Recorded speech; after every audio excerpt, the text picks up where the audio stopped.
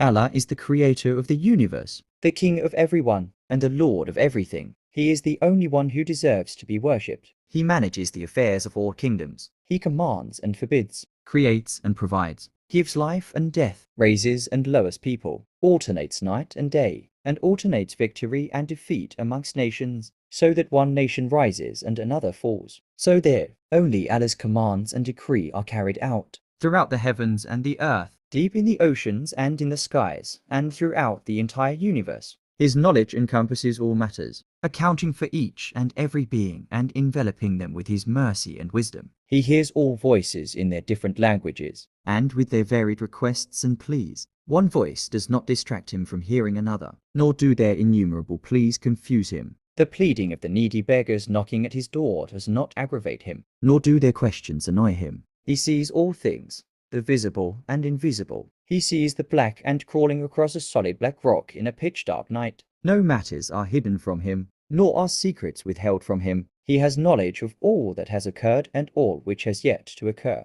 Everyone in the heavens and the earth beseech him for their needs. Every day he attends to his creation. He forgives sins, eases difficulties, and relieves distress. He mends the broken, enriches the poor, teaches the ignorant, guides the astray, directs the confused, and helps the desperate. He frees the captive, feeds the hungry, clothes the naked, and cures the sick. He accepts the repentance of the one who repents, and rewards the one who does good. He aids the oppressed and humbles the tyrant. He conceals faults and calms fears. He does not sleep, nor sleep benefit him. The deeds of the night ascend to him, before those of the day, and the deeds of the day before those of the night. Light is his veil. If he were to lift his veil in this world, the splendor of his face would burn all of his creation. What he possesses is not diminished by what he gives, for his right hand always remains full. On the day of judgment, the whole earth will be enclosed in a single grip of his hand, and all the heavens will be rolled up in his right hand. Then he will shake them and say, I am the king, I am the king. It is I who created the world out of nothingness, and I who will return it to how it was.